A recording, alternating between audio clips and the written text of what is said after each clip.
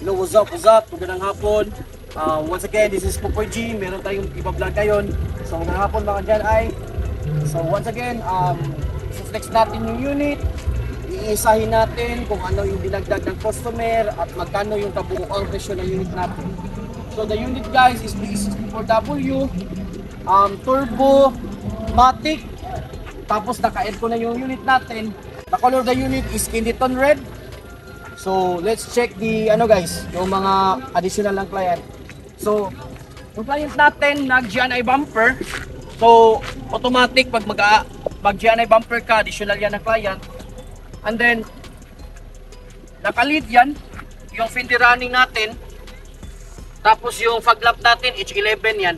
So, basically guys, di tayo maproblema if ever mapupundi yung fog lamp natin.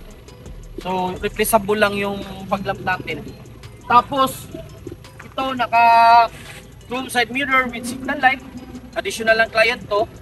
Tapos, naka 15 inches rims yung client natin. By MMD. What's up MMD? And then, guys, yung client natin naka LED headlight. I-check natin yung LED headlight.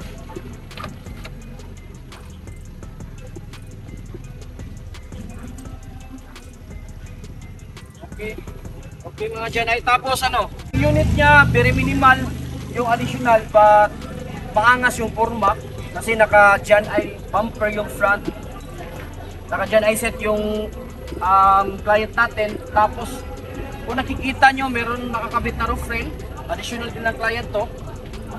And then naka chrome door handle guys, yung client natin naka chrome door handle, additional din ng client. Then let's check the guys, mga additional ng client natin sa loob. Dito sa loob, yung additional ng client, iisahin natin. Sa basic setup natin, automatic, merong dashcam at saka stereo. Base sa basic setup natin. So, additional ng client lang, nag-spark steering wheel, nag-turbo timer, at saka temp gauge. Tapos, merong backing sensor yung unit natin.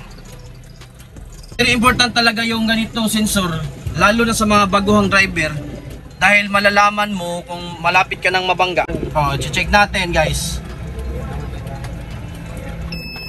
Mag-a-alarm yan pag makikita nyo.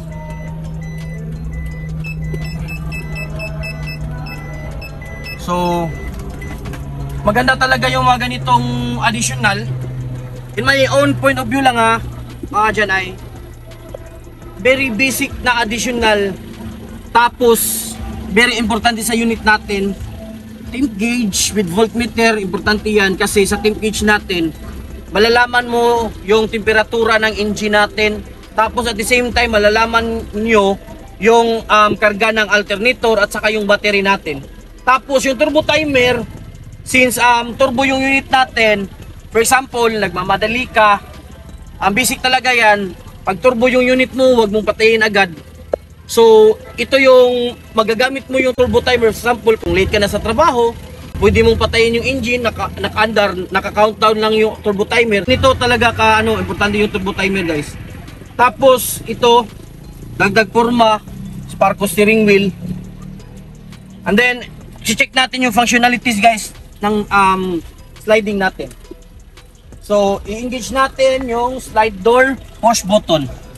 So guys, sa functionalities natin, importante na bago mo magagamit yung auto sliding, dapat i-push mo talaga yung push slide door. Naka-on yan. Dapat naka-engage yan. So, i-check natin yung left side. Okay, functional. The other side naman, sa right side, okay, functional din. Saka check natin yung window sa second door. Okay, functional lahat yan. So, FYI pala mga dyan ay pag hindi auto sliding yung unit mo, kasi merong client na nagtatanong bakit di daw nagfa-function, lalo na sa mga hindi auto sliding. Pag hindi auto sliding yung unit, hindi automatic magda-down yung power window. Kagaya nito, pag hindi auto sliding. Pag manual, dapat nakasirado yung pinto bago magpa-function yung power window sa second door. Dahil nandito yung sensor ng yung power window natin. Check natin yung power window sa harap. Okay, functional. Yung side mirror, functional yan. Very functional. Tapos guys, nag-VIP ceiling yung client natin. Tapos, dual fan din. Yung dual fan natin, in kaso hindi kayo magagamit ng aircon, hindi din kayo mainitan. So, pasok talaga yung mga ganitong additional. Natin yung engine.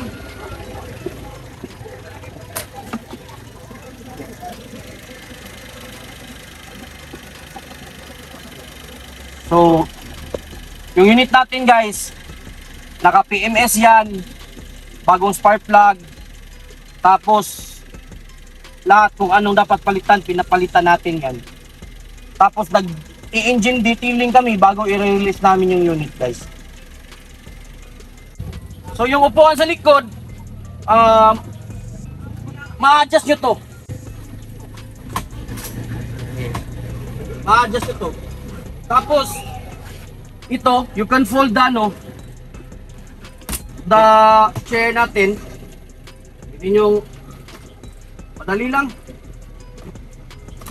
Sa nagtatanong, umaakyat ba ito sa bundok? Yes.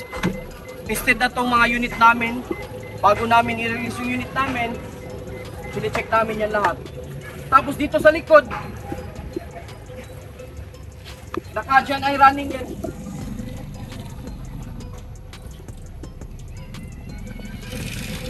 So dyan ay running.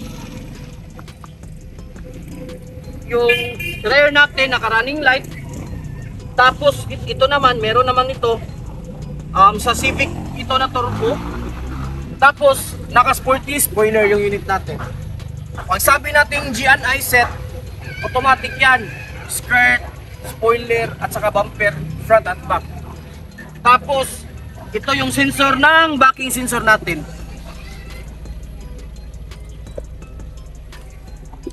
As always, nilagyan natin ng plate holder para di mayupi yung plate number ng mga plaka natin.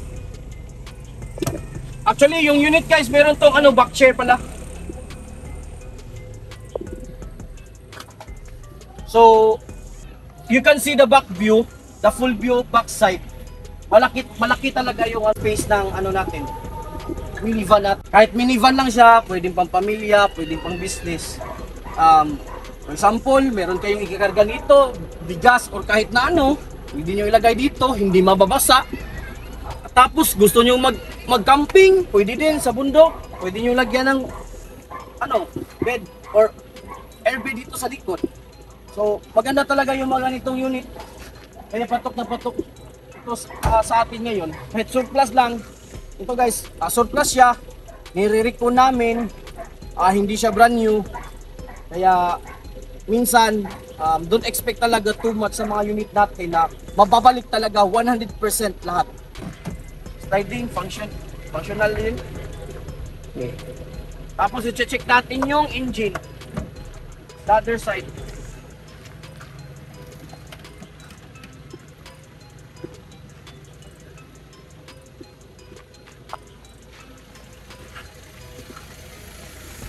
So, naka-PMS yan, naka-basic PMS yung unit natin.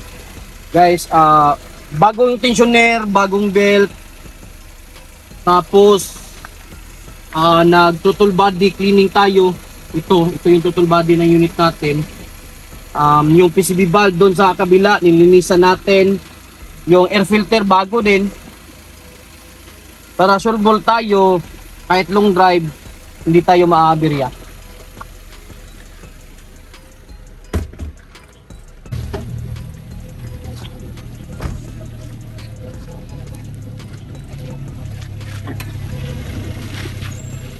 Sahod natin, ito yung ito yung brake fluid, ito yung reserve ng coolant, tapos ito yung wiper. Wiper na tubig ng wiper natin. So guys, FYI lang, bago kayo mag long drive, bago kayo bago nyo gagamitin yung unit, dapat siguraduhin mag-check ng engine oil, coolant at saka brake fluid. Yan yung pinaka-basic talaga guys, dahil tanto yung brake fluid para iwas disgrasya, yung coolant, importante para iwas overheat sa engine natin. Engine oil, dapat i-check nyo talaga para iwas aberya sa engine natin. Kahit kahit naka-PMS na yung unit natin, from time to time, pag sinabi natin surplus, sikanhan na yung unit natin. So, there are some times talaga na merong bibigay ng mga pisa nito. So, specs ng unit natin, D64W, Turbo, Matic, basic price, 4x4, 300. Yung 4x2, 295 yung basic price natin. At sa sinabi ko kanina, pag sinabi natin basic price, included ang basic price natin, new rims, new tires, naka-dashcam, naka-stereo na yan, naka-backing camera na yan, tapos naka-full upholstery na yan, except the ceiling. Kasi pag VIP ceiling, additional yan. Tapos kasama na din yung registration, full PMS na, naka-full PMS na yung unit. So, tapos libre yung tires at jack at saka handle ng unit natin. So sa presyo natin, yung ganitong setup umabot ng almost 345,000 sa ganitong setup. Once again, this is Popoy G. Don't forget to like our YouTube channel and Facebook page. Janet Autoworks Cebu lamang ang may lang guys. Thank you.